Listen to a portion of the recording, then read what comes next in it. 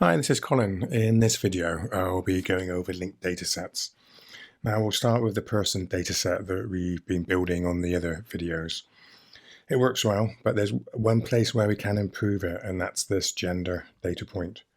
Now, here we've entered male, but another user who's creating a new person may put in man or or bloke. You know, the options are endless. And then when you're searching for that gender, or if you're ordering on the gender, those values are going to be placed all over the place. So it's not very good on the data integrity.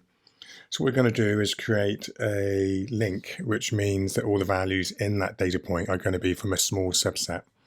So to do this, we'll first create a new data set for this, which we shall call gender.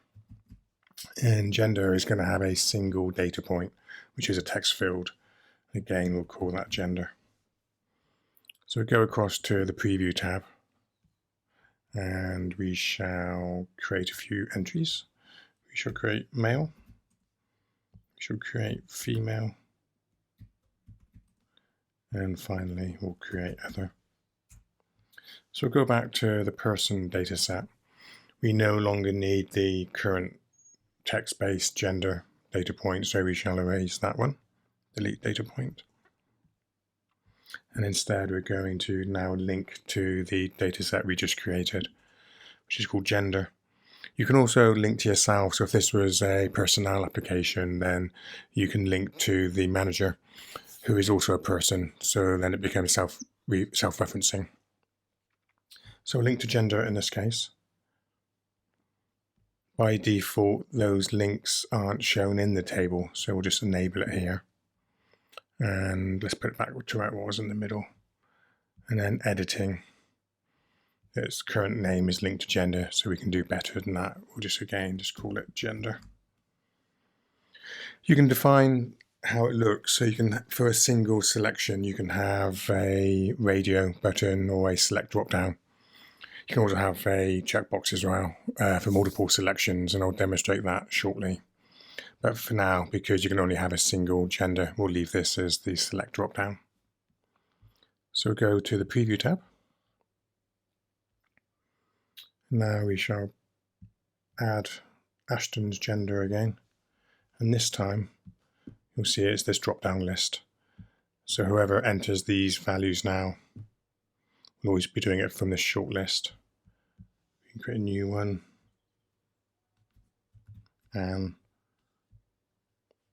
44, and she's female.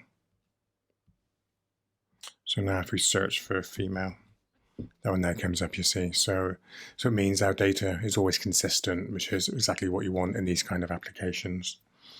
I've also created another data set earlier called country codes, which you'll be unsurprised to hear is 2 columns.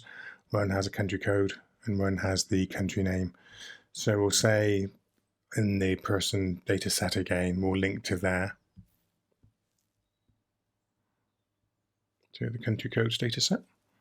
And we'll say this is countries visited.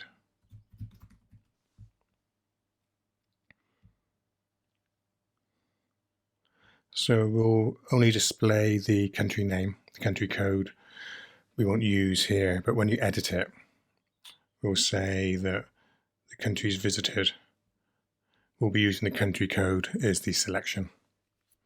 And because you can visit many countries, this time we'll say multiple selection. So now we'll go to the preview tab. We can edit Ashton Cox again. And we'll select many countries here. When you update it.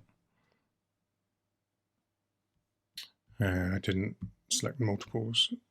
If I hold it down.